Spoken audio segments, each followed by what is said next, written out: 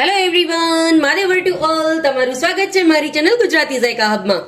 આજે હું તમારા માટે લઈને આવી છું એકદમ સોફ્ટ અને એવું જાળીદાર એવું નાયલોન ખમણ. જોવો તમે કેટલું સરસ સોફ્ટ બનેલું છે મારું નાયલોન ખમણ. એકદમ સરસ જાળી પણ પડે છે. જો તમને બતાવી દઉં કેટલી સરસ જાળી પડેલી છે અને કેટલું સોફ્ટ પણ છે. આ નાયલોન ખમણ મેં બનાવેલું છે લીંબુના ફૂલ વગર. ઇન્સ્ટન્ટ બની જશે એવું નાયલોન ખમણ વિધાઉટ લીંબુના ફૂલ. તો ચાલો ફટાફટ જોઈ લઈએ કે કઈ રીતે બને છે આ ઇન્સ્ટન્ટ બની જતે એવું એકદમ જાળીદાર મારું નાયલોનનું ખમણ.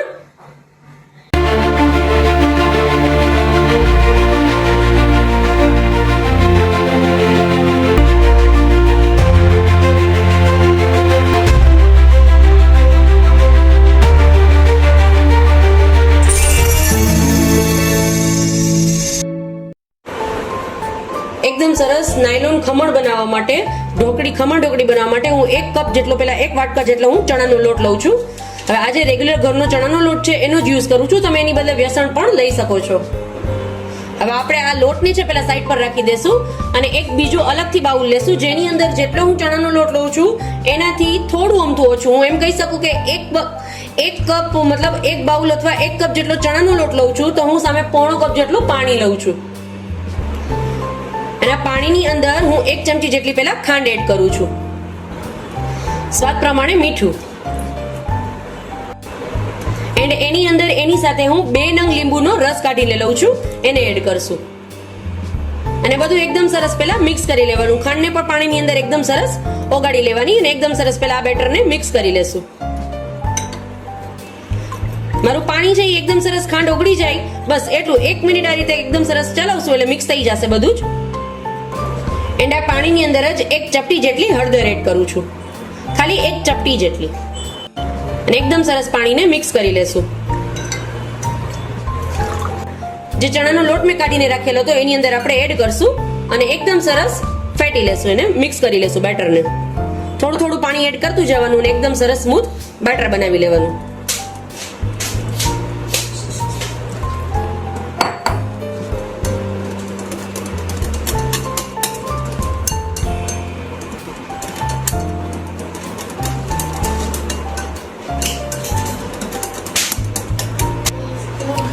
બધું પાણી આની અંદર સમાઈ જ જશે. એના માપનું જ આપણે પાણી કરેલું છે એટલે બધું પાણી એની અંદર એડ કરી દેવાનું. 1 કપ લોટની સામે 1/4 કપ જેટલું પાણી લેવાનું. એટલે એકદમ સરસ તમારું બેટર છે એ પરફેક્ટ માપનું થશે. નહીં ઢીલું થાય કે નહીં કઠણ થાય, પરફેક્ટ માપનું તમારું બેટર થશે. જો તમે 1 કપ લોટની સામે 1 કપ પાણી લેશો તો બેટર થોડું ઢીલું થઈ જશે. અડધું કપ પાણી લેશો તો બેટર થીક થશે.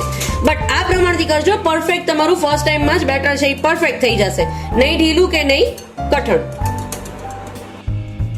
મારું બેટર છે એ એકદમ સરસ મિક્સ થઈ ગયું છે.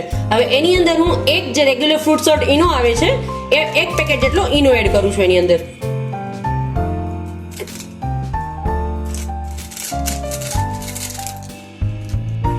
અને ઈનો એડ કરવાની સાથે એની ઉપર 1 ચમચી જેટલું પાણીને એડ કરીશ અને એકદમ સરસ મિક્સ કરી લેશું ઈનોને.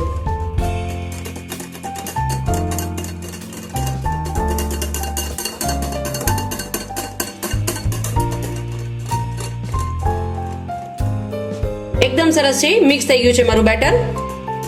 એને ઓવર તમારે આ રીતે મિક્સ નહીં કરવાનું. ઈનો એડ નાખ્યા પછી ઈનો એડ કરી દો પછી ખાલી નોર્મલી આ રીતે રાઉન્ડ જ મિક્સ કરી લેવાનું. એટલે એકદમ સરસ ઈનો છે એ છેડ સુધી ફ્લફી થઈ જાય. બસ ઓવર મિક્સ નથી કરવાનું. પછી આ રીતે કોઈ પણ એક ટીન બેઝ પણ આ રીતે લઈ શકો છો અથવા ઢોકળાની પ્લેટમાં પણ તમે કરી શકો છો. હું આ રીતે એક કેક મોલ્ડ મારી પાસે છે એને લઉં છું અને આ રીતે આનાથી હું ફિલ કરી દઈશ.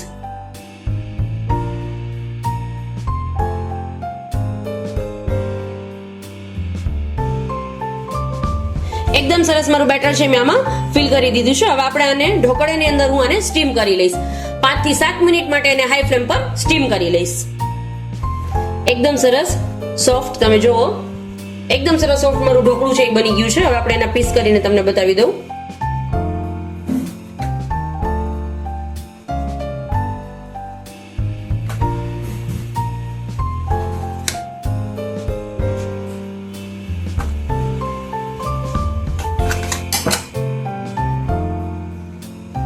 એકદમ સરસ છે, સોફ્ટ.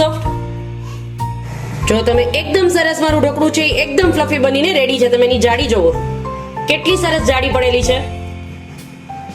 જો છે એકદમ સરસ, એકદમ ફ્લફી, એકદમ સોફ્ટ. લીંબુના ફૂલ વગર પણ આટલા સોફ્ટ ઢોકળા આપણે ઘરે ઈઝીલી બનાવી શકીએ છીએ. હવે એના વઘાર માટે કોઈ પણ એક સોસપેન ની અંદર આ રીતે પહેલા 1 થી 1.5 ચમચા જેટલું તેલ એડ કરવાનું. તેલ એકદમ સરસ ગરમ થઈ જાય એટલે એની અંદર પહેલા 1 ચમચી જેટલી રાઈ એડ કરશું. રાઈ તતડી જાય એટલે એની અંદર આપણે આખા ધાણા એડ કરીએ છીએ. 1 ચમચી જેટલા આખા ધાણા.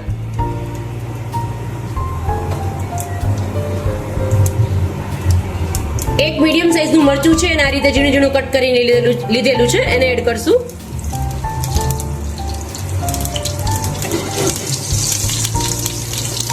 એક નંગ લીમડાનું પાન.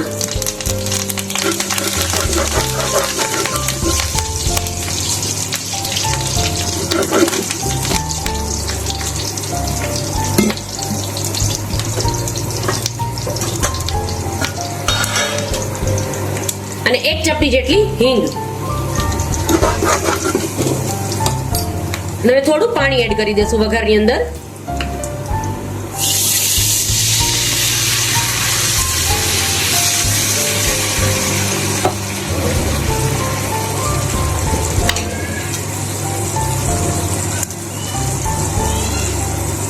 અને 4 થી 5 મોટી ચમચી જેટલી એની અંદર શુગર એડ કરવાની.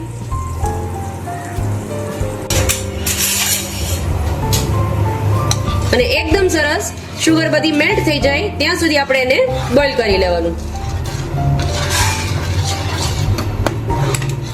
એકદમ સરસ છે, એ બોઇલ થઈ ગયું છે. હવે આનો ગેસનો ફ્લેમ બંધ કરી દેશું. આપણે આ વઘારને આપણા ઢોકળાની ઉપર રેડી લેશું.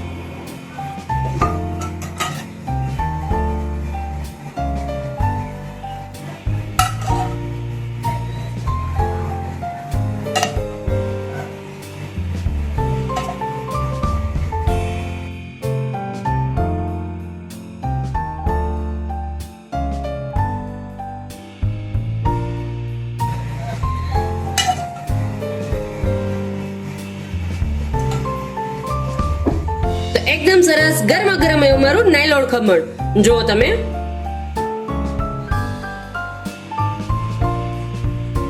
એકદમ સરસ, જેવું તમે માર્કેટમાંથી પરચેસ કરો સેમ એવો જ લુક અને એવો જ ટેસ્ટ પણ. તો ફરી મળીશું આવી જ રીતે એક અવનવી રેસીપી સાથે. ત્યાં સુધી આવજો ફ્રેન્ડ્સ. માદેવર to all.